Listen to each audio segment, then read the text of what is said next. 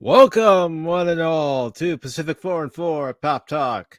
I'm your host, Mike, and today we're going to be talking about Ghostbusters Afterlife. We're going to be talking about a reboot of Earthworm Jim as far as the TV series is concerned. We're also going to be talking about Jared Letto wanting there to be a director's cut of Suicide Squad, and of course, Cowboy Bebop. Now, I will admit, I have no interest in watching the Netflix version. I'm going to get that out of the way right here, right now. But as far as watching the anime, I'm 7 episodes in and I'm loving it. I'm absolutely loving it. Let me just correspond with a loyal viewer here. And that loyal viewer is Alan Copeland. Welcome, Alan Copeland. Always good to see you here. Nice to see you here, brother. I hope you're doing well. I hope everybody who's watching this afternoon, this evening, or maybe it's in the morning where you are, well, welcome. And I hope you enjoy this episode of Pacific414 Pop Talk. So let's go ahead and get underway here. The first article of business I am going to discuss this late afternoon is the new Earthworm Jim TV series that was announced a few days ago, but there's a catch. There's always a catch. Original creator Doug Tenapel will not be attached to this new project. All right. For those of you who don't know me, for those of you who do know me, that is not a good sign, in my opinion. Anytime you don't have the original creator assigned to the TV series or assigned to a character that they created, that's not always good news. All right, so it says Interplay Entertainment announced they are launching a brand new Earthworm Jim TV show. However, the show is being developed without Earthworm Jim's original creator, Doug Tenapel. Again, like I said, that's not always a good sign. It says Interplay Entertainment made the announcement about the new TV series on Twitter. They wrote, "Well, this is just groovy. Prepare to launch the cow because Earthworm Jim has a new TV series coming soon."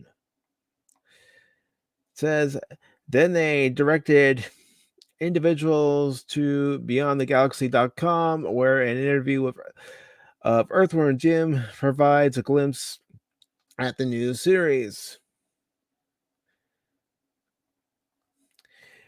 You can watch the interview with Earthworm Jim below. I will not be watching it because I am not going to risk getting a copyright strike. Sorry, just not going to do it now. What I can do, and I'm going to try to do it here, is I'm going to go ahead, copy the link to the address, and I will put it in the chat. This way you all can check it out if you want to. So there you are. But I will not be playing any of this. Again, just trying to avoid a copyright strike because I have one that's supposed to be lifted tomorrow, but we'll see. It's YouTube. And I only got that strike back in August because I showed a little bit too long of a clip of CM Punk's return to All Elite Wrestling, to the wrestling world in general. And, well, I did show it a little bit too much and learned my lesson. So it says Interplay would also confirm that Doug Tenapel is not a part of the show. They tweeted, "We've assembled a whole new creative team for Earthworm Jim. The original creator is not involved at all." It goes on to say Tenapel responded on Twitter, writing, "A whole new creative team that didn't create the main characters. The bench is welcome to handle the rest." Well, he's right on that. They are bench players, people that were never a part of the original creation. Heck, I don't know about anybody watching, but I can remember playing Earthworm Jim on Sega Genesis, or those of you that had a Super Nintendo, you probably played that. And then, of course, I want to say it was around 10 years ago, maybe wasn't that long ago, but they also re-released the original Earthworm Jim in HD. So that was fun to play again, and it's also available on the Genesis Classic. So it says Sanapo would also respond to a Twitter user who stated, "Okay, I watched the trailer and it's so far off character that it feels like a Disney Star Wars sequel crisis. I'm expecting they'll just call your comics non-canon, even though they are in fact the only canon. Worse, that W4 game looked like a Flash game from 2002, No Soul." Well, that's the thing that you're going to find. And this is just my opinion that a lot of these retreads without the original creator aren't going to have the heart and soul of that original creator's intent. They're not going to have that spark. Tanapa responded, "I think it's fine. It's not what I would make, but that doesn't mean the cartoon won't be good. The animation production is already better than most, so that's a positive. And it's hard to make any series. It's grueling work. Just let it be its own thing." Okay, and then it goes on to say Tanapo did indicate he's still working on new Earthworm Jim comics, but he's currently too cussed on. I'm sorry. Yeah, too cussed on NFTs. I don't know why I can't read most of the time. Don't ask me why. I know how to read. I just, for some reason, when I start doing this, think about it too much. He says he was asked by a user, "Do you still have the rights to do the other three Earthworm Jim comics when you feel up to doing more again?" He responded, "Yes, I'm still doing the comics, just focusing on NFTs right now." Then it goes on to say, "What do you make of this new Earthworm Jim trailer? What about the fact that Doug Tenopoulos is not working on the show? What did you make of his response?" Well, of course, he's not going to say anything that might get him out of a future job with Interplay or anybody else producing this current iteration of Earthworm Jim or any future iteration of Earthworm Jim. He's gonna walk that tightrope and try to stay in the good graces of the powers that be. Plain and simple. In my humble opinion, that's exactly what he's doing. He's trying to stay in the good graces. So, as far as I'm concerned, you have to get a new generation interested in watching something like Earthworm Jim or anything that's already have an existing IP, an existing history with an audience. So we'll see how this goes. I know I'm not going to be watching it, but I thought, you know what? I remember playing the game. I remember seeing the animated series being advertised on the WB network. And, for anyone who's still interested in Earthworm Jim, well, here you go.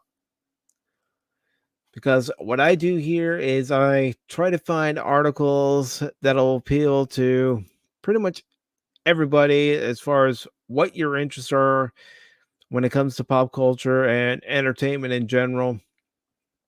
I try not to go by just what other people are doing. And all right, so let's get to the next order of business here. And I'm not really sure how long I'm going to be going this afternoon. This might be an extremely short edition of Pop Talk, but we'll see. We'll see. I've been able to find some articles I wanted to talk about today, so we shall see. All right, so let's go ahead and talk about this. And by this, I will show you in just a moment what I am referring to. All right. One second here, adding this to the screen. All right, so as some of you may or may not have heard, Marvel is working on a reboot of Blade. You know, Blade, the Vampire Hunter, Blade that starred Denzel Washington, not Denzel Washington. Ah, jeez. No, Wesley Snipes. I'm sorry. But anyways, they're working on a reboot of Blade to fit in the MCU, and according to this article by Deadline, and this article is by Tom Tapp. Okay, let's get rid of that pop-up. But it says Marvel's Blade reboot cast Delroy Lindo, Disney confirms, and it goes on to say Disney confirmed today Delroy Lindo is joining the cast of the upcoming Blade reboot. He'll co-star opposite two-time Oscar-winning actor, and I am going to try to pronounce this name. If I mispronounce it, I do apologize. Marshala Ali, and like I said, I you know what? I'm not even going to try that again because I know I'm probably going to end up butchering it again. But anyways, who is stepping into the titular character, a half vampire, half mortal hero, while Ali's casting was announced at Comic-Con in 2019. Lindo is the only other actor cast in the project since. Though his exact role is unclear, the film has, however, added a writer and director. Playwright Stacey Kofor, again, I'm probably butchering those names, signed on to pen the Marvel reboot. Bassam Tariq, best known for directing the Riz Ahmed film Mogu Mowgli, will helm the new adaptation of the popular comic. Created by Marv Wolfman and Jim Colin, Blade first appeared in the 1973 book The Tomb of Dracula. The human vampire hybrid is a protector of the mortal race while slaying evil vampires. Wesley Snipes played the part of the original Blade trilogy from New Line. Marvel's Kevin Feige has made it his mission in recent years to diversify not only the cast appearing in front of the camera, but those behind it as well. And recent hires have proven that. Jose Cofor is the first black woman to pen a Marvel movie, while Tariq marks the sixth person of color to direct a film for Marvel. Lindo's career spans decades, from TV roles such as Beauty and the Beast in the 1980s to parts of This Is Us and The Good Fight. In film, Lindo has been a frequent Spike Lee collaborator, appearing in Malcolm X, Crooklyn, Clockers, and Defy Bloods. His other prominent films include Get Shorty, The Cider House Rules, Gone in 60 Seconds, and Up. The actor's most current project is Netflix The Harder They Fall. Okay, and is that it for the article? That is it for the article. So, looks like the Marvel version of Blade is slowly beginning to take shape. Will I go see it? I don't know. I kind of feel burned out of Marvel, but I have to admit, part of me is a little curious about Hawkeye, and that curiosity, well, curiosity gets the cat, it might get the mic. Who knows? Who knows? Like I said, I'm curious about it. I don't know if it's gonna be good. I don't know if it's gonna be bad. I do like Jeremy Renner. I do like Haley Steinfeld, so maybe it'll have those two actors going for it, and maybe it'll be somewhat good. I'm keeping my expectations rather low on it, to be honest. I don't know, but as far as the casting, the writing, the directing, I don't care who writes it. I don't care who directs it. As long as they're good at their craft and what we see on screen is an entertaining movie, because that's what we go to movies for, is to be entertained. We don't go to movies to be preached at. We go to movies to be entertained.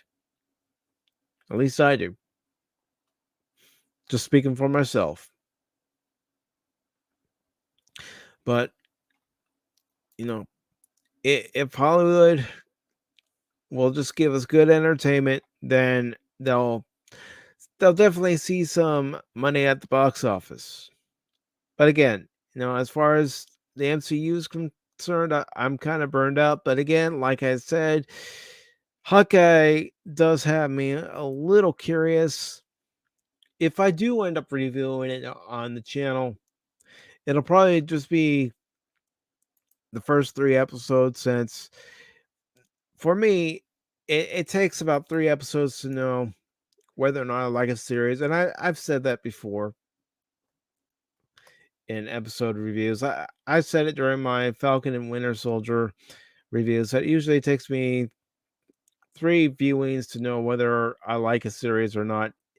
Yeah, at one point I will admit I was considering just leaving it at the 3 reviews I did for that series. But in a way, it felt incomplete to me to do that, so I did finish it up. And those reviews are available here on the channel if you want to watch. So let's go ahead and move on to our next article of discussion here. Let's get rid of that. This is coming out of Variety. And this article was written by Salom Halou, and it goes on to say Jared Letto wants Warner Brothers to release the Suicide Squad David Ayer cut. Goes on to say that's what streaming's for. So, in case anyone who isn't familiar with Jared Letto, he played the Joker in the Air version of Suicide Squad, the one that had Will Smith in it, and of course it was Margot Robbie's first appearance as Harley Quinn. It was an okay movie. The special effects are what got to me. They look like something out of a PS2 game. So here we go. It says Jared Leto has spoken. He says he thinks it's time that Warner Brothers release David Ayer's cut of Suicide Squad.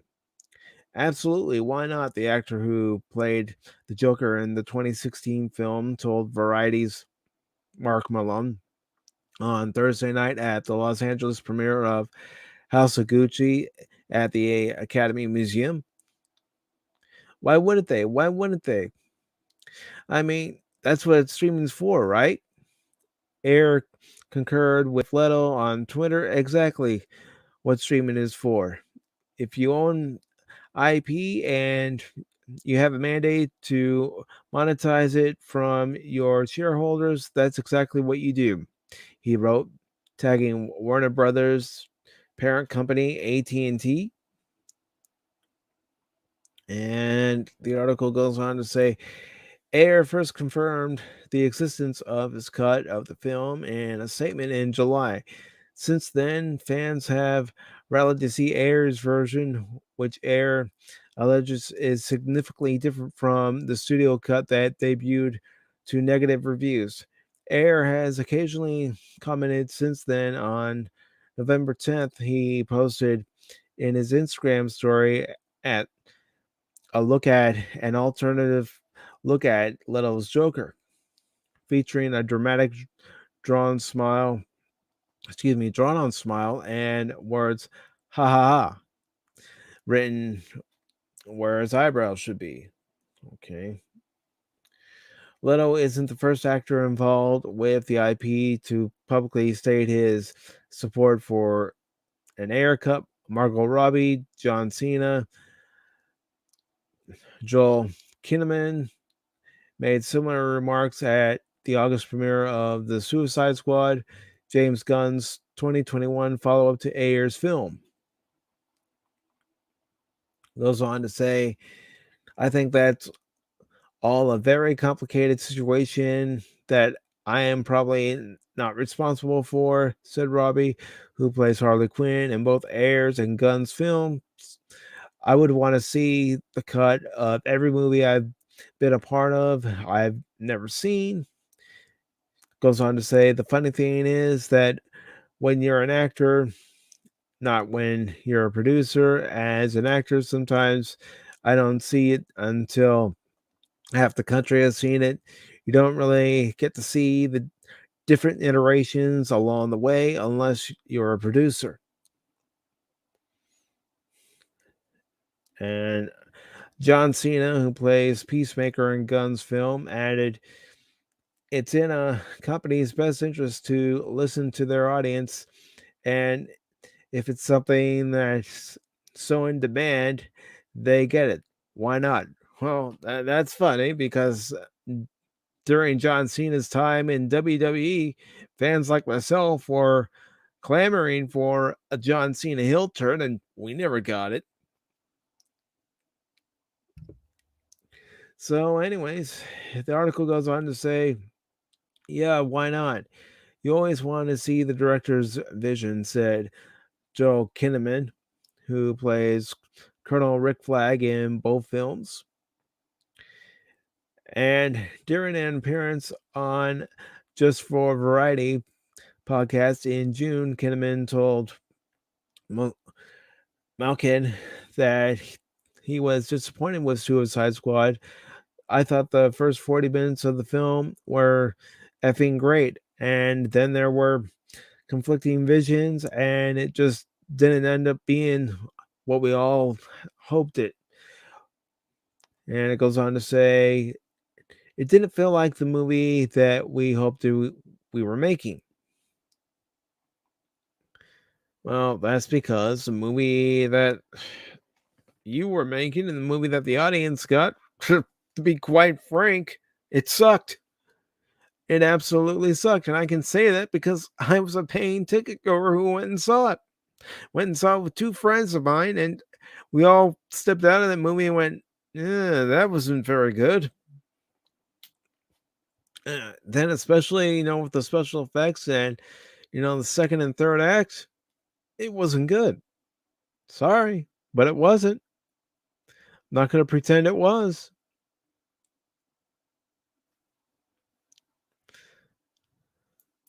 But yeah, this is the article right here. I know I wasn't showing it, but I did read it to you. So, yeah, that's Jared Leto's take on wanting to see the air cut of Suicide Squad. Now let's get to some other news. And maybe you're familiar with this voice actor, maybe you're not familiar with this voice actor. But unfortunately, we lost a voice actor who is known by Disney fans. And let me just get it there. Okay. And this is coming out of Deadline. It's by Matt Grobar.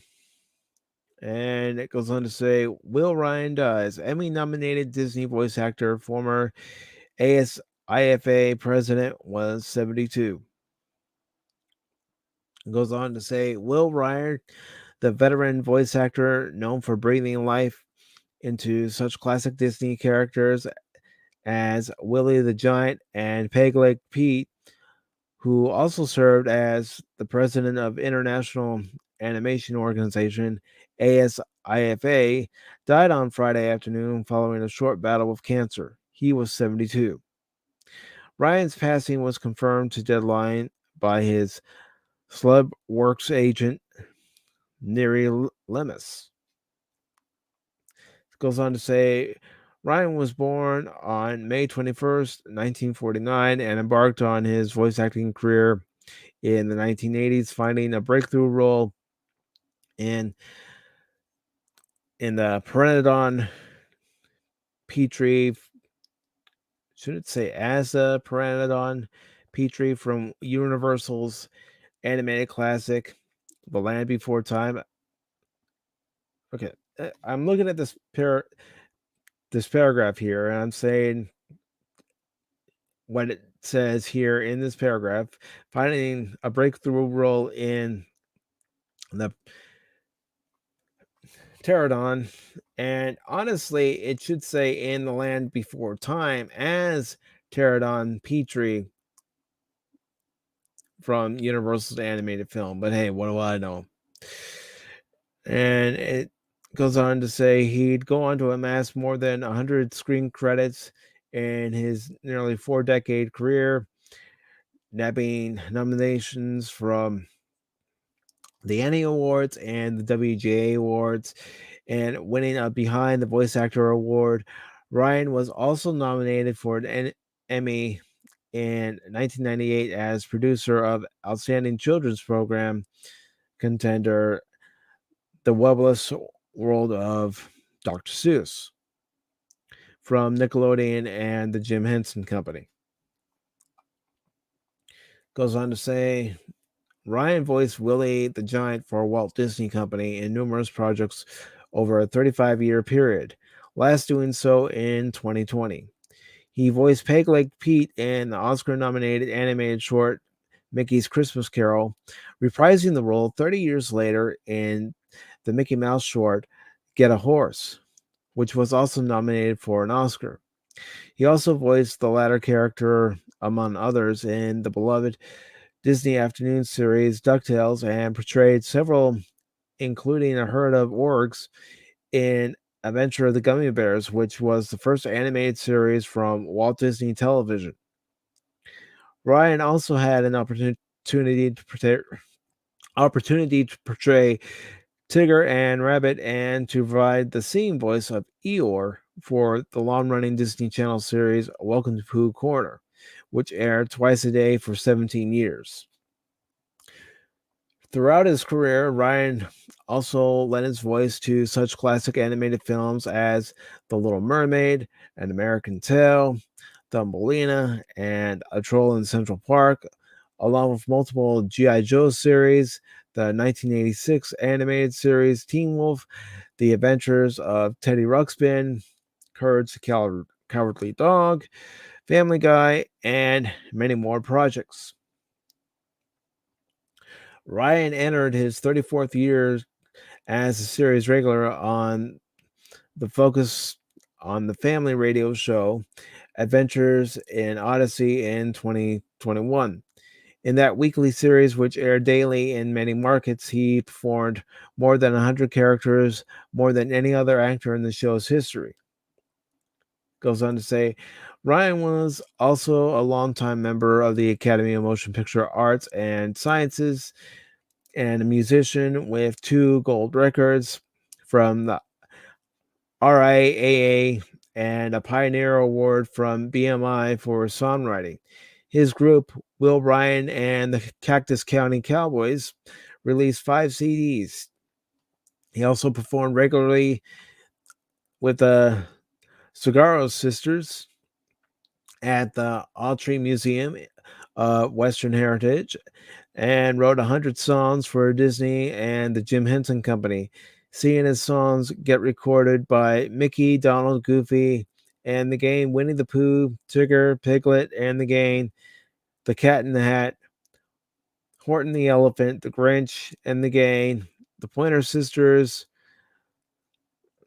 the Cigarro Sisters, Patti LaBelle, and more.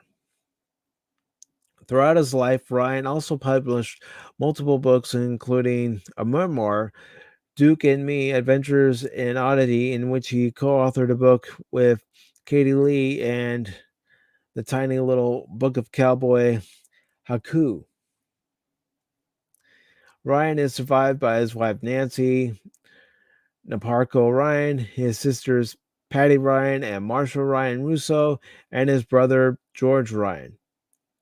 Plans for a memorial have not been disclosed. So if you're ever a fan of gummy bears back in the 80s, you watched Mickey's Christmas Carol, anything Disney related, you may have been exposed in one way or another to Ryan's work, whether it be his work as a voice actor, whether it be his work as a songwriter.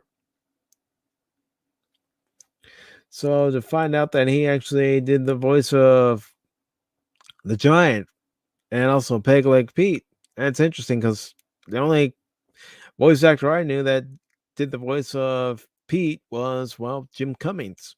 So that's new for me. So let's see. What else should we talk about here?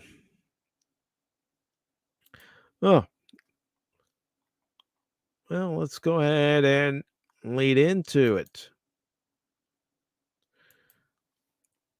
All right. 1 second.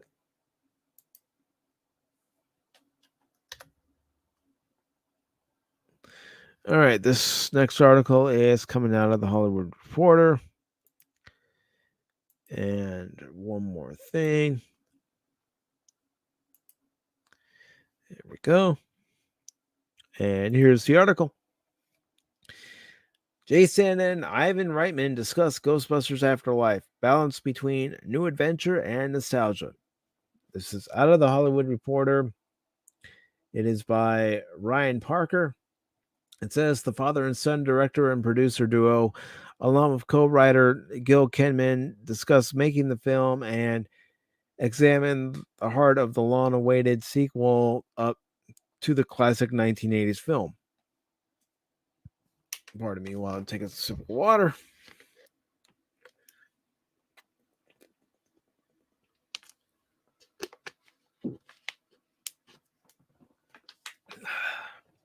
There we go.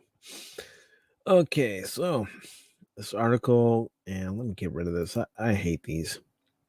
This article goes on to say Jason Reitman does not mince words. He made Ghostbusters Afterlife for his father, Ivan, and Harold Ramis family. And if the byproduct of that love letter just so happens to leave fans of the iconic franchise exhilarated, so much the better. Well, trust me, from this fan, it did. Because I'm going to say what I said in my review, which you can catch on this channel, is that it was a beautiful story, a beautiful addition to the Ghostbusters franchise, Ghostbusters legacy, and also a beautiful tribute to Harold Ramis. So it goes on to say, speaking with the Hollywood Reporter prior to the Sony Pictures release, the Oscar-nominated filmmaker noted the first person to read his script, co-penned by Gil Kenman, was his father. The Ramis family was next. Without everyone's blessing, there was no point in moving forward. Goes on to say, I was never going to make this movie unless they were comfortable with the portrayal of Harold, says Jason Reitman. Everyone has a favorite Beatle and everyone has a favorite Ghostbuster. My favorite was always Egon. Goes on to say the late great Harold Ramis died in February 2014 at the age of 69.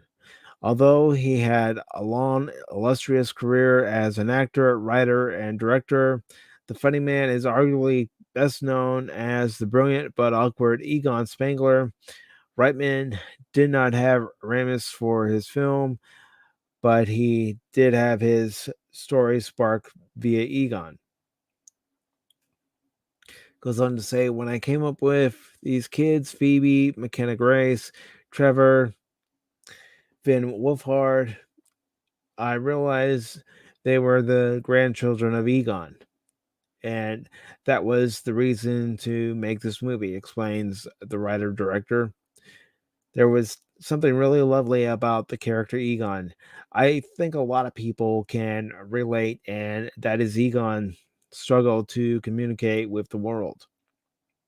And we wanted to create in Phoebe a character that, in just the same way, a 12-year-old girl who, like all Ghostbusters, is an outsider who becomes a hero by putting on the proton pack. And they did it well. They really did do it well in this movie. In Afterlife, the family of Egon moves into his peculiar Oklahoma farmhouse inherited after the scientist and inventor who became a recluse in his later years passed away. Co-writer Kenman says it was clear what aspects were needed from the 1980s films and what needed to be adjusted for a new story. We had to be aware of essential elements of a Ghostbusters film and new opportunities, such as taking it out of New York, which gave us a chance to contextualize the heart of the matter, find the soul, and build it up again. For Jason Reitman, the key to making the story work was attempting to put the viewer into the shoes, or rather the jumpsuit, of a Ghostbuster, which he credits for helping the balance between the new and nostalgia. Goes on to say the movie is excuse me, the movie is about us. It is about people who grew up with Ghostbusters. He says people have always wanted to know what it was like to put on the proton pack, to drive Ecto 1, to catch a ghost. So it deals with our sense of the past and our sense of nostalgia, in that it follows these mysteries.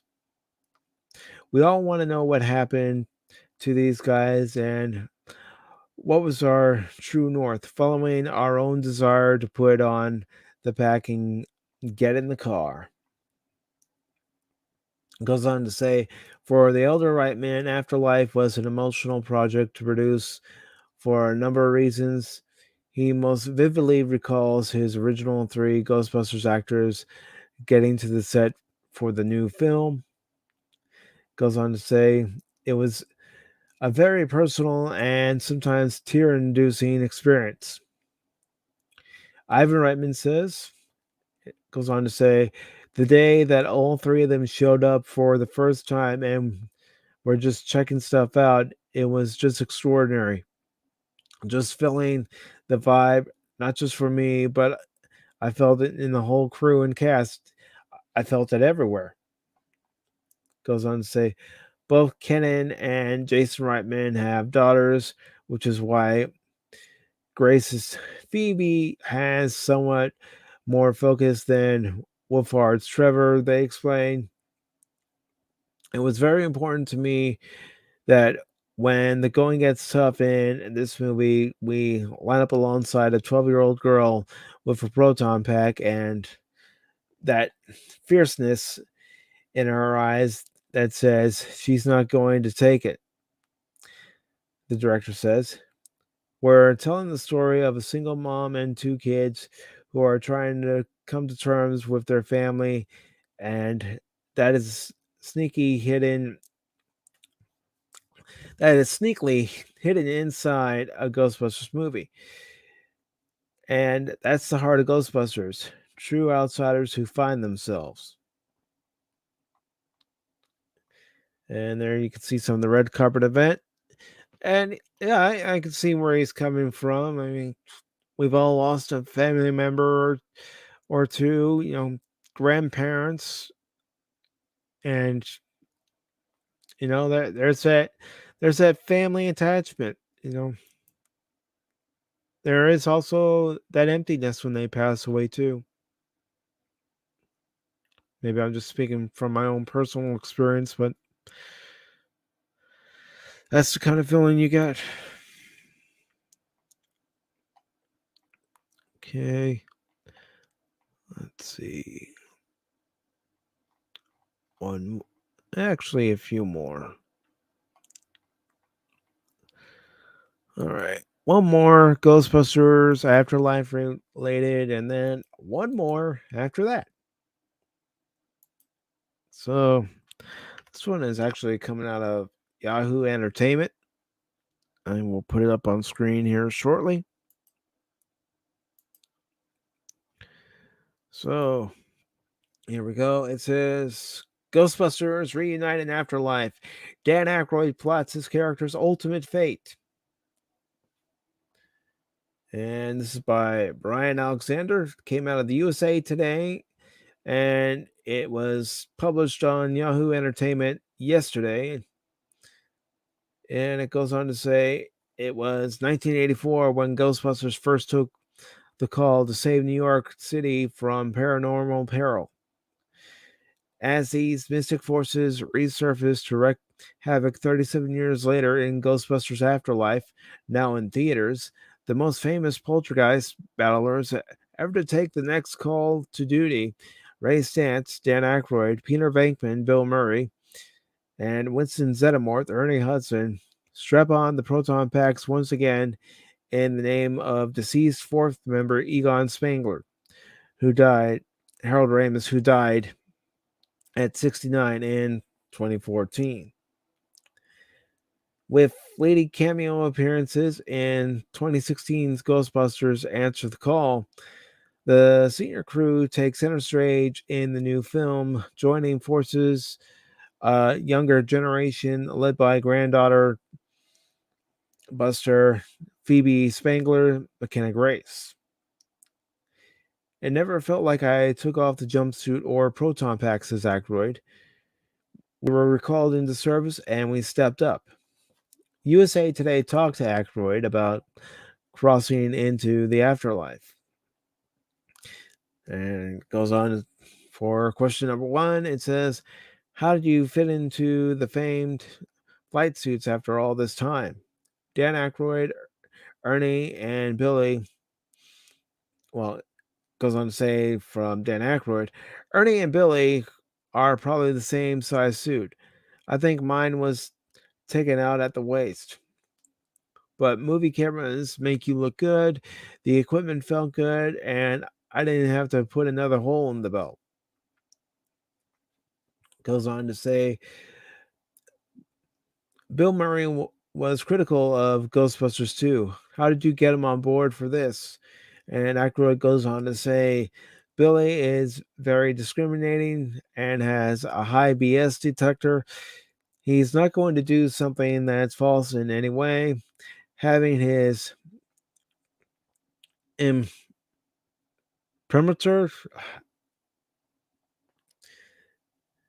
well, probably just another way of saying input, made the whole thing valid. If he hadn't done it, it would have been a massive hole, but he saw the merits, the joy, and the possibilities here. And it goes on to say, Egon Spangler warned in Ghostbusters that you should never cross the streams due to minimal chance of surviving. But in Afterlife, it happens and doesn't kill. What gives?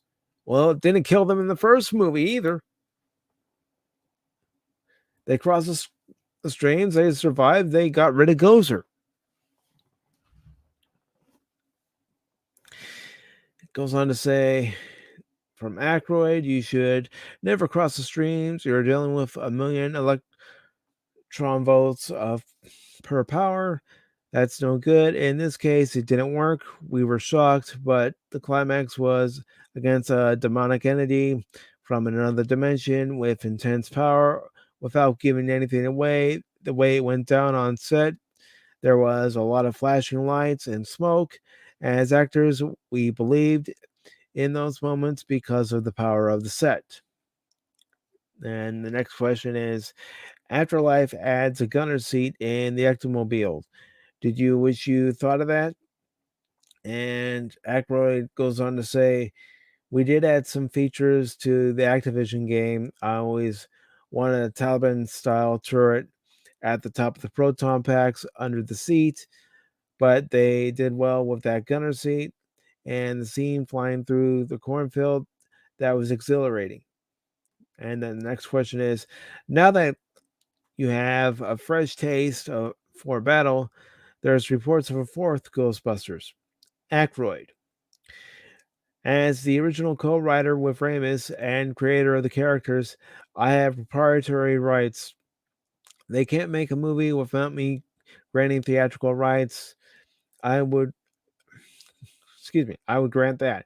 And if there's a part for me, I would certainly play it again. But I don't know what the status is for any further films.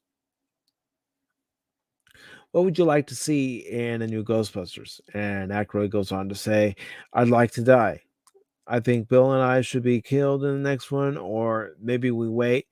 Why not use the living Ghostbusters, Ernie, Billy, and myself for 4, 5, 6?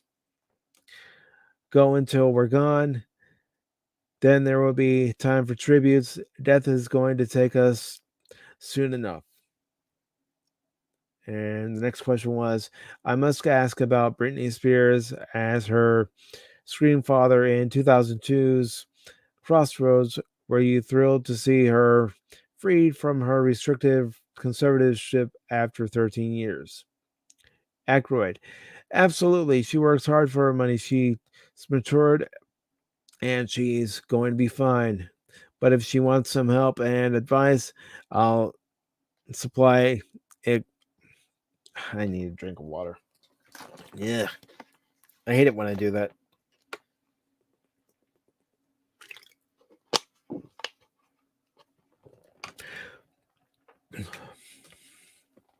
I'll supply it gratis. Tell her to call me. I'll double her fortunes in 5 years. I'd put her in Amazon, Telsa, Netflix stocks, and just walk away, watch the money grow. And next question they ask him, with SNL getting so political, have you gotten a call from producer Lauren Michaels to return, and as which player? Aykroyd. First of all, James Austin Johnson, the new SNL cast member, is a tremendous impressionist. He does a great Trump and a great Biden. But when Trump was being impeached in January, Lauren and I were discussing me coming back as Nixon to wake up Trump in a nightmare. But then so many other political things happened that just overtook it.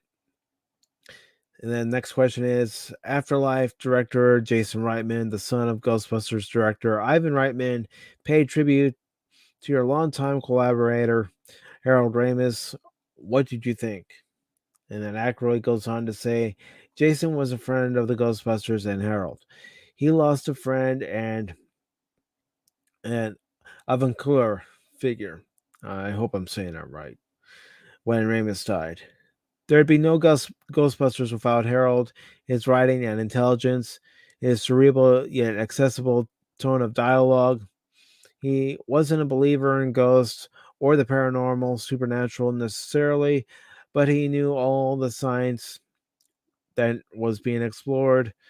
That ending tribute was perfect, respectful, and affectionate. And yes, Ghostbusters Afterlife is beautiful, respectful to the source material, plays tribute to that source material, and it adds to that source material. It doesn't disrespect it. You actually see the return of heroes that you wanted to see in The Force Awakens, The Last Jedi, and The Rise of Skywalker. You wanted to see all three of them together, but at least in this case, we got to see Peter Venkman, played by Bill Murray, Winston Zeddemore, played by Ernie Hudson, and of course Ray Stantz, played by Dan Aykroyd, all standing together. And little hint, they had some help.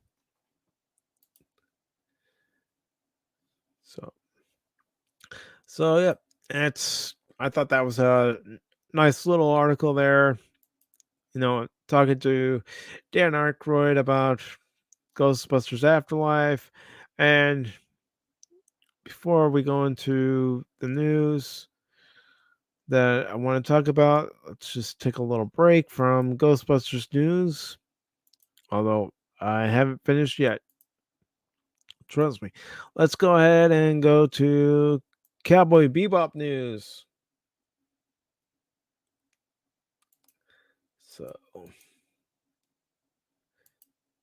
So I have spoken to a few people who have actually seen Netflix iteration of Cowboy Bebop.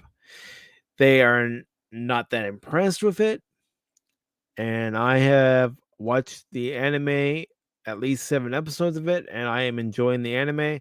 And I honestly don't know if I'm going to watch a live action take on Cowboy Bebop. I might just stick with the anime. But the reviews are in. I will show the Rotten Tomato score here in a little bit. But here, from Bounding in the Comics, it says Netflix Cowboy Bebop star Daniela Pineda. On previous video response to critics, I felt like that response was definitely in the spirit of Faye. Oh, I don't think so. I mean, I know I'm only 7 episodes in to the anime, but I don't think so. And it goes on to say, according to Danielle Pineda, the actress who portrays Faye Valentine in the largely unwanted live-action Netflix adaptation of Cowboy Bebop, the criticisms against the changes made to her character were nothing but the work of very, very vocal trolls. While her divisive video response to said critics was definitely in the spirit of Faye. Okay. Well, that's her opinion. It says Pineda broached the subject of her infamous video response in which she replied to fan concerns by sarcastically dismissing their apprehensions during an interview deadline published on November 19th, ostensibly in promotion of Cowboy Bebop's release on Netflix that same day. Asked by reporter Alexandra Del Rosario for her thoughts on the overwhelming rejection of Netflix's ingenuously reasoned, desexualized take on Faye by longtime fans of the original Cowboy Bebop anime, Pineda asserted, "It was definitely my first interaction with very, very vocal trolls." Well, that's gonna win people over, wanting them to see your series, calling your audience trolls.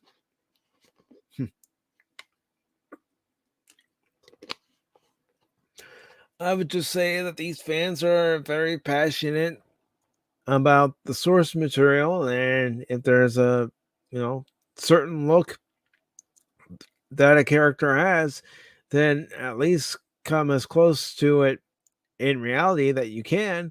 Or, in the case of Star Trek Discovery, if you're going to have the original Enterprise show up, have it show up like it should have looked back in that time period and under the command of Captain Christopher Pike.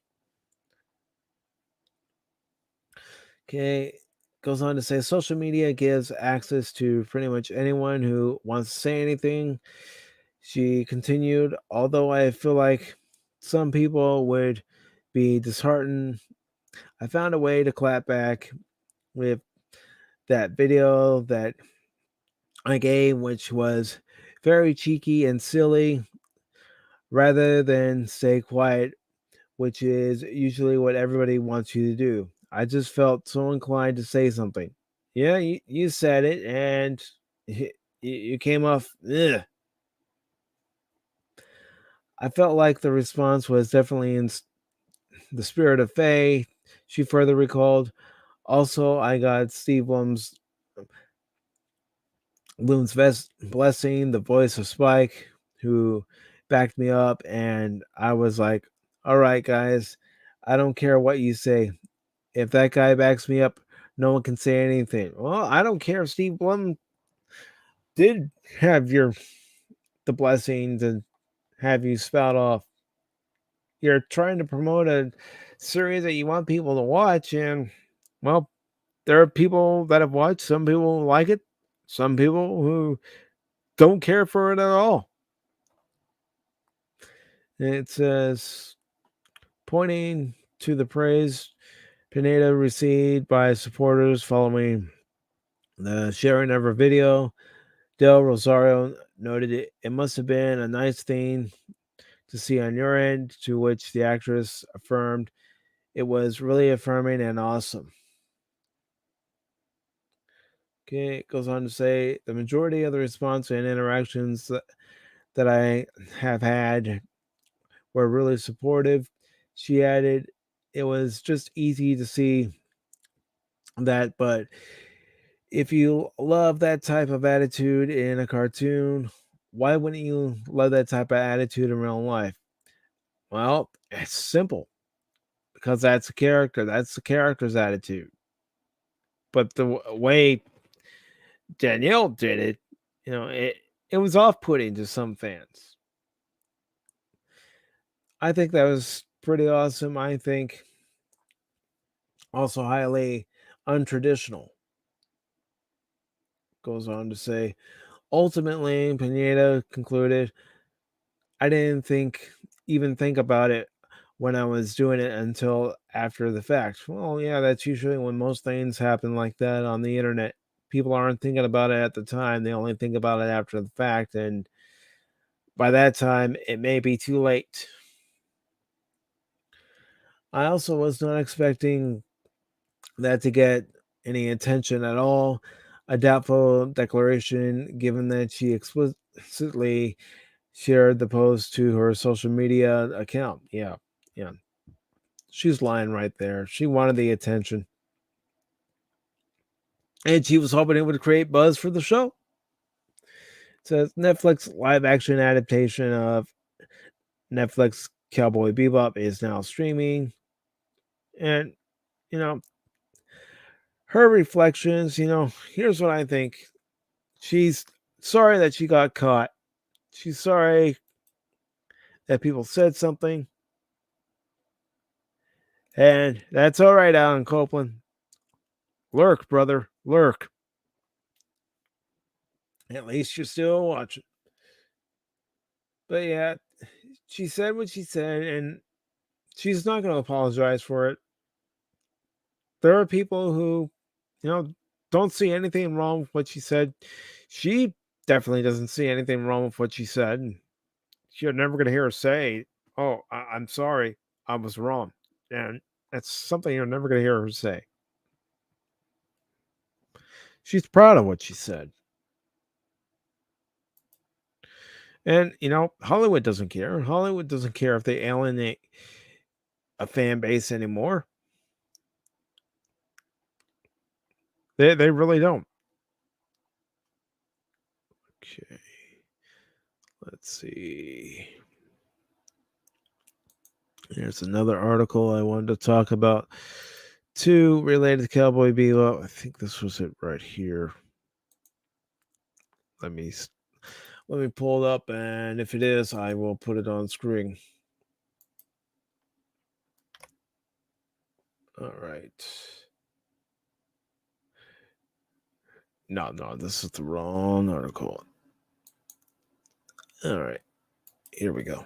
Here's the right one. Here's the right one, folks.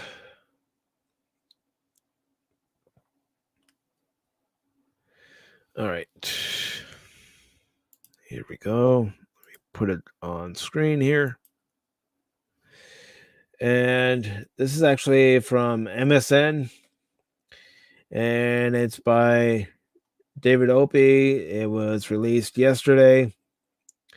And it says, let's see, Cowboy Bebop star Mason Alexander says the show is righting the wrongs of the anime. Yeah, okay. It says Mason Alexander Park has spent their whole career hoping to exist as a queer person within a sci-fi world, and now they're about to appear in two. Just recently, the non-binary Star Wars cast. I'm sorry, they obviously didn't take this article to the letter. They put Star and Was together, so I was about to say Star Wars.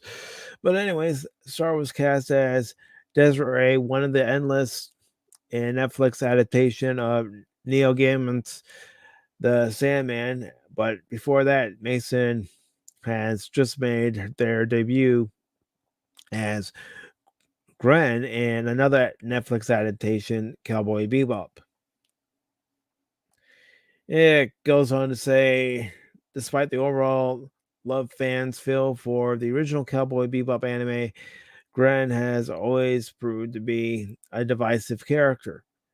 On the one hand, it was incredibly progressive to see a 90s character describe themselves as both man and women, but also neither. However, certain trans tropes were also intertwined with Gren's arc, making them pivotal, yet still somewhat problematic icon for queer fans watching back home. Thankfully, Netflix new take on Cowboy Bebop has taken this opportunity to overhaul Gren's backstory and portray them fully as non-binary character who is also played by a non-binary actor. It felt really okay. Try this again, Mike. It felt really affirming. Mason tells us when we asked about their initial casting. I think it's rare for people to get it right when it comes to casting queer identities to play and tell a great story. So to have such an iconic queer coded role be reclaimed by an openly queer person that hits the gender confusion outside the story last was really exciting for me. And it goes on to say, we caught up with Mason to discuss Gren's reimagining, the intense fan response, and why their character wasn't supposed to arrive until season 2. That's the fan response. What's the fan response been like following your initial casting announcement?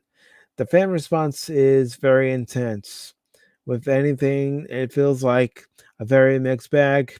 People have really polarizing views of things that they love being adapted into any other format, which I completely understand. As a fan of many big franchises, I understand the bond that you create as an audience member with the story and with the original context as you watch it, particularly where there were tons of people who were so excited by it and who had remembered watching the anime when they were younger, hearing the line, I am both at once and neither one, that Gren says in the anime, they felt very affirmed and seen. Albeit Gren's situation in the anime contextually is obviously rooted in an unfortunate event. It's rooted in trauma, but Gren has found comfort and stability and normality in the situation when we need them within the show. So a lot of fans I think really understand the nuance of that, and we're very excited to see how we were going to take that a step further. And then there's obviously a lot of people, especially people who are not queer, who are not trans, who don't have a lot of experience with kind of identity that are arguing and the semantics of the thing. They're sort of being like, well, Gren is this and Gren is that. Last Gren can't be non-binary. Gren is not trans. And article goes on to say, I understand where that camp might be coming from as well, especially if they don't have a lot of experience firsthand with the nuances of gender. If they're looking at it in a very cut and dry way, it's easy to feel like Gren's not this, Gren's is this.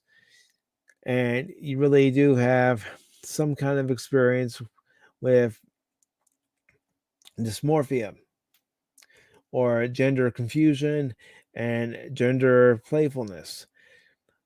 I think understand the original concept of the character and where Gren is now headed. Given that the character was simultaneously groundbreaking and yet also a bit problematic back in the day, did you feel any apprehension approaching this updated version of Gren? All right, goes on to say, given that the character was simultaneously groundbreaking and yet, okay, I already read that. I was really excited. We were in the middle of the pandemic. I was just very, very excited to have an opportunity to work, but there was fear involved in the recalibration of how we were going to approach the part. Goes on to say, it felt necessary to me, it felt important to me as an artist, as a non binary person.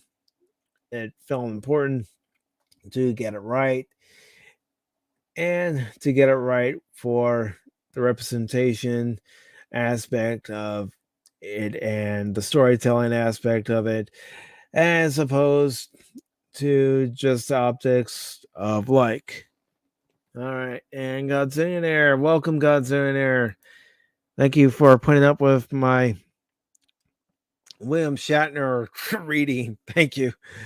You're never late, brother. You are never late. You're always on time.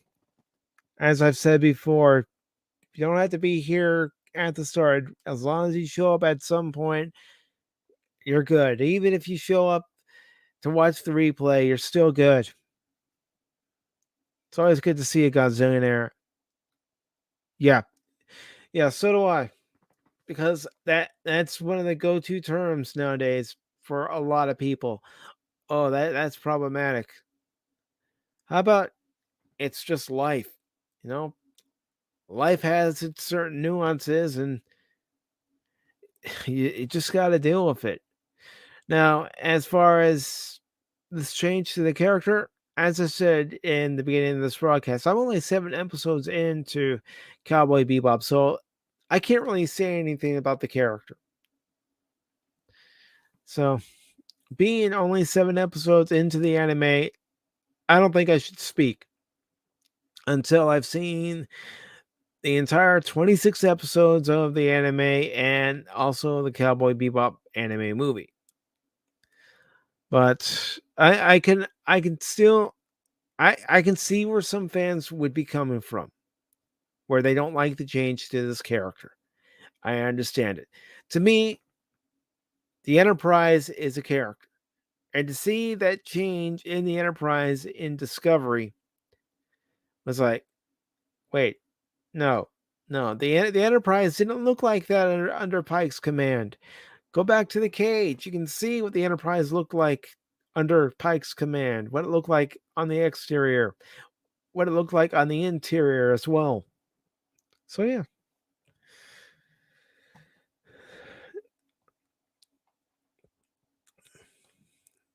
I I'm gonna say this. I don't like change where it's not necessary. If you do it because it's, you know, not necessary, it means nothing.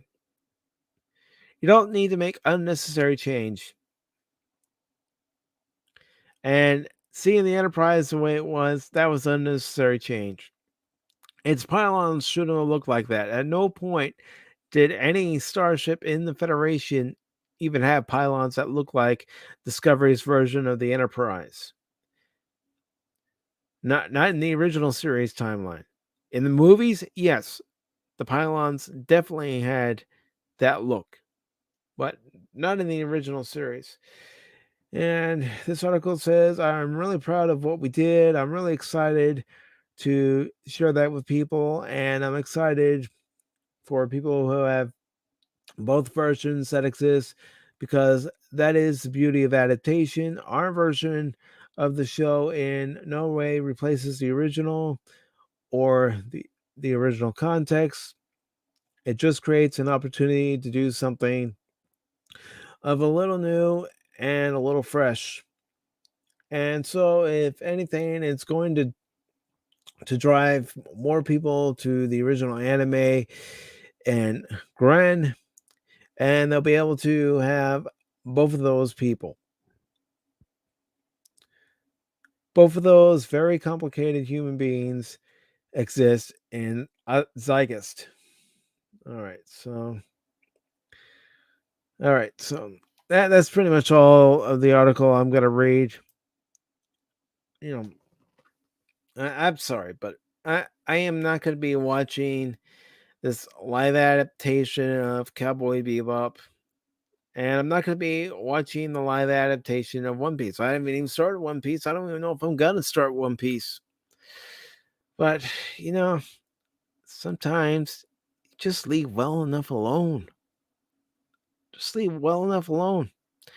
You know, it reminds me of a great movie I saw. I know I've already touched up on one article on that great movie in this afternoon's episode of Pop Talk, but just I just want good entertainment. I don't care what the sex of a character is. I don't care where they swing. I don't care. Just give me characters I can actually care about that fit in the story I actually care about. I'm going to keep saying that over and over again. I've said it over and over again in many pop talks. I just want good characters with good stories. That's all I care about. But this is something that really did bring a smile to my face after seeing it. It brings a smile to my face seeing how well this movie did in this pandemic time. Well, this article comes out of Variety and it says box office Ghostbusters Afterlife starts strong with 44 million. Queen Richard whiffs. Okay, the box office ain't afraid of no ghost. Ghostbusters Afterlife, a sequel to the 1980 sci-fi comedy classic, opened at number 1 in North America, collecting a solid 44 million from 4,315 venues. The better than expected result is an encouraging sign that family audiences are willing to visit their local multiplex, provided there is something broadly entertaining to be found there. During the pandemic, parents and young kids haven't been the most active ticket buyers, but that could change now that COVID-19 vaccines have been deemed safe for children. However, adult skewing dramas like King Richard, which fizzled in its box office debut, continue to struggle. Internationally, Ghostbusters Afterlife earned 16 million from 31 overseas markets, pushing its worldwide total to 60 million. Directed by Jason Reitman, the latest installment in the Supernatural series is shaping up to be a win for the studio after it failed to revive the franchise years earlier. It should be noted that Sony's 2016 all reboot of Ghostbusters premiered to 46 million, only 2 million more than Afterlife. However, that film cost 144 million compared to the 75 million price tag for Afterlife, making it a box office dud. The newest version, which stars Paul Rudd, Carrie Coon, and McKenna Grace, and picks up decades after the original story about ghost catching parapsychologists, has received mostly positive feedback. Sony is counting on strong word of mouth to help the film stand out and continue to appeal to crowds over the Thanksgiving holiday weekend. And as I've said previously, I have done my own non-spoiler review. And in short, it's a beautiful film and I recommend that you go see it. Goes on to say it's going to get mighty crowded at the multiplex later this week when 3 new high-profile wide releases hit screens, says ComScore analyst Paul Decker. I'm not even going to try it. Referring to next weekend's offerings, Disney's musical Encanto, MGM's star-studded House of Gucci, and Sony's horror thriller Resident Evil: Welcome to Raccoon City. However, the film, I'll try it this time. Garabedin, I probably butchered that. I know I butchered that. Adds the film should be able to stand up to newcomers and will benefit from the extended holiday frame. Outside of action-heavy temples like Ghostbusters Afterlife and recent releases such as Marvel's The Eternals and MGM's James Bond entry, No Time to Die, the domestic movie-going landscape remains largely impaired. Despite rapturous reviews, and Oscar buzz, the Warner Brothers release King Richard became the latest adult-oriented drama to crumble at the box office. The film, starring Will Smith as the father of tennis legends Venus and Serena Williams, eked out a meager $5.7 million from 3,302 venues in North America. Heading into the weekend, the studio was projecting a start closer to 10 million. It may be slightly premature to call King Richard an out bomb because Warner Brothers is releasing it concurrently on HBO Max, which likely cut into ticket sales. The company didn't report any HBO Max viewership metrics. Warner's is hoping that a positive sentiment from audiences who gave the film an A cinema score and awards chatter for Smith could extend its life in theaters and keep the movie playing throughout the holidays. The film wasn't cheap. It carries a $50 million production budget, plus Smith received his full back-end box office bonus in addition to his $20 million salary as make good for sending the film to HBO Max. The low audience turnout for King Richard isn't for lack of effort. Smith heavily promoted the film, sitting down for a rare, lengthy cover story with GQ and gracing the front of Entertainment Weekly with Venus and Serena, who were executive producers on the film. But the reality is that intimate dramas, even a crowd pleaser like King Richard, haven't been compelling big screen draws. That's especially true when audiences are able to watch the film at home on HBO Max or other streaming services. In pandemic times, there have been 23 films to open nationwide that fall into the category of drama, with openings averaging under 3 million. None have been able to reach 10 million to start, though Respect, the musical biopic about Aretha Franklin, came in the closest in COVID era with 8.8 million. This is a weak opening in spite of outstanding audience ratings and review scores, says David A. Gross, who runs consulting firm Franchise Entertainment Research. He points out the sports biopics tend to have limited appeal at international box office. Certainly adds the movie would be doing bigger numbers without the streaming option. King Richard landed in fourth place at the box office charts behind holdovers Marvel's Eternals and Paramount's Clifford the Big Red Dog. After 2 weekends at number one, Eternals slid to second place, collecting 10.8 million from 4,055 theaters to date.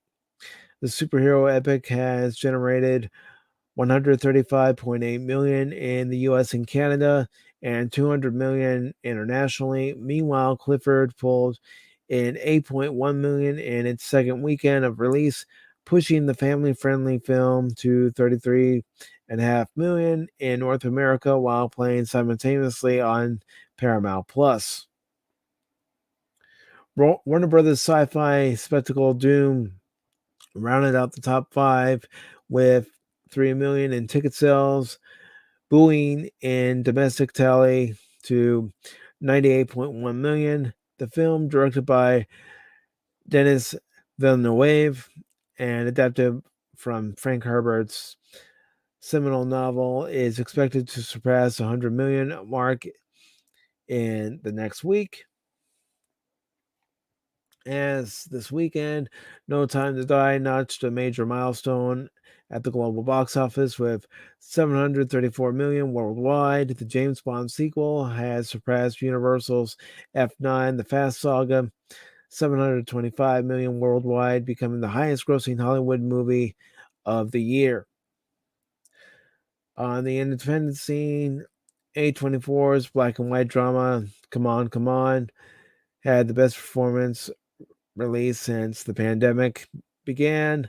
The heartwarming film, directed by Mike Mills and starring Joaquin Phoenix, amassed 134,447 from 5 screens in New York, Los Angeles, translating to 26,889 million per location.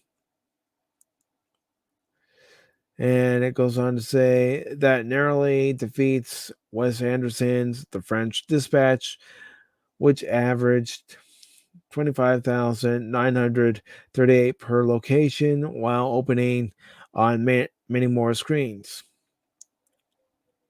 All right, so goes on to talk about that, and well, what can we say? People are willing to go see a movie like Ghostbusters when there's good word of mouth. That's how it's always been. If somebody you know has seen a movie and other people have seen a movie and it gets positive feedback from the audience, well, then the word of mouth is going to generate ticket sales, as we have seen before. You know, people went and saw the Marvel movies because good word of mouth. You can't say that right now because you've got Black Widow, which, was put onto Disney Plus as well. So people would rather stay at home and watch that and pay the $30 at the time. Then you had Shang-Chi. And then, of course, you have Eternals, which honestly, at the total that it's at now, you know, other Marvel movies would have done that in their opening weekend. Other days, other times, other years, other Marvel movies would have done that in their opening weekend. But it's good to see a movie like Ghostbusters Afterlife get more than it was expected to get, especially at its $75 million budget. So let's hope that the word of mouth continues. I know I want to go see it again. And hopefully there's many repeat views for that movie because I also would like to see a sequel. But it would have to be done just as well as this one, if not better. So let's see. Is there one more I wanted to talk about?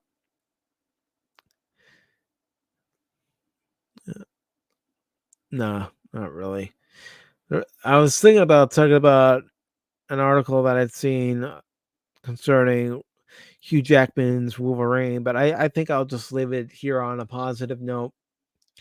Talking about Ghostbusters, talking about it being a movie worth seeing. And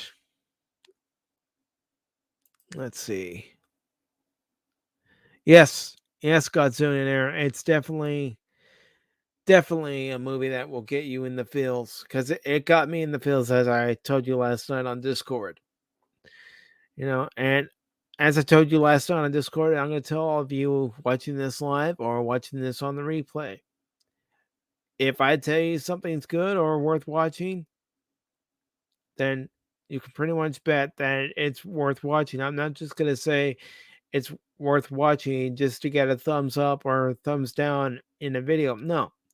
If I like something, I'll let you know I like something. If I don't like something, you'll hear it. You'll hear it here on this channel. You'll hear it in the video. I mean, heck, some of you like Alan Copeland and Godzillionaire, you've been around with me doing the box score this year, so you know how I can get when I don't like something.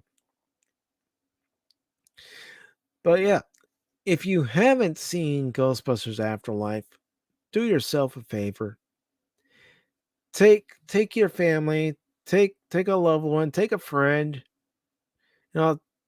take some people to the movies, or go with some people to the movies and go see Ghostbusters Afterlife because it's worth watching. It is definitely worth watching, and I'm glad it did well this weekend at the box office, and I truly hope that it's able to continue on a good path. Continue to not only meet its budget, but also get to the point where it can make some money back, where it can, get to that 200 million mark. Because if I go to Box Office Mojo, I'm sure we can find out a little bit more information. So give me 1 second here.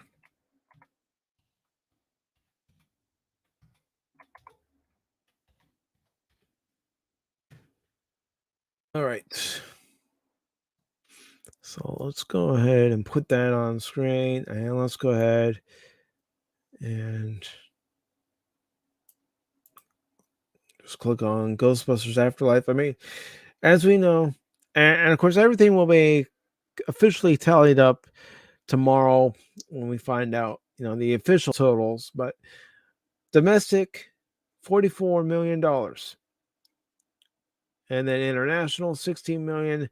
So it gives you a $60 million take for its opening weekend. And that's pretty good for a movie that had a budget of 75 million.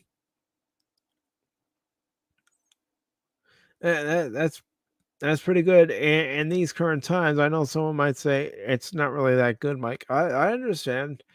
But if you factor in the current environment, it's good. I know. I'm trying to look at it, glass half full, half empty type of deal.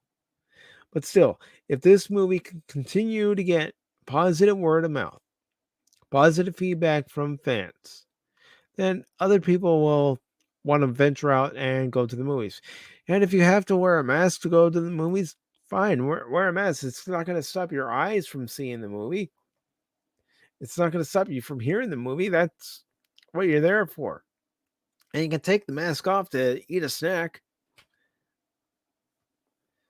But I am pleased to see that it's done so well in its first week, and I do plan on going to see it again. I just don't know what day, but I am planning on going to see it again because it's definitely worth it. It is definitely worth it. S Some people, they might be a little sour, like some of the critics are, because it's doing so well, because it completely ignores the 2016 movie. Well, I'm sorry. I watched that movie. It wasn't good. It wasn't funny. The characters weren't interesting. The story was bland. It wasn't a good movie. But this movie, not only does it add another layer to the Ghostbusters legacy, but it also pays tribute and respect to what came before. Something Disney didn't do with Star Wars. They didn't do it. Oh, yeah, they brought back Harrison Ford and Mark Hamill and Carrie Fisher, but we never got that scene with Han, Luke, and Leia. That's all we wanted. It'd be like having a Star Trek movie and you don't have, you know, Kirk, Spock, and McCoy if that's the era that the movie's set in. Just saying. That's just my opinion. If you agree with it, cool. If you don't, cool. I can't change your opinion, and I'm not trying to change your opinion. But what I will say, and I'll keep on saying it, go see Ghostbusters Afterlife. You're not going to be out of money. You're going to enjoy it. And if you don't think you're going to enjoy it, well, then don't go see it. But I think on that note, I am going to go ahead and wrap up this episode of Pacific414 Pop Talk. I do want to thank Alan Copeland for stopping by, and I also want to thank Godzillionaire for stopping by. Thank you too very much for stopping by. Thank you all for stopping by and watching the replay if that's how you're watching this. If you have any comments or suggestions you want to add, leave them in the comment section below. You can like this video. You can thumbs down this video if you want. You can share this video with your friends. Or you can subscribe to the Pacific414 YouTube channel. I would greatly appreciate it. And until next time, this has been Mike for Pacific414 Pop Talk. Thank you all very much. Have a good rest of your Sunday, or if you're going into Monday already, happy Monday morning. And have a great rest of your week. For those of you in the States, have a happy Thanksgiving. Not to say I won't be streaming here on the channel during this holiday week. I will, but have a good holiday, and I will see you all later.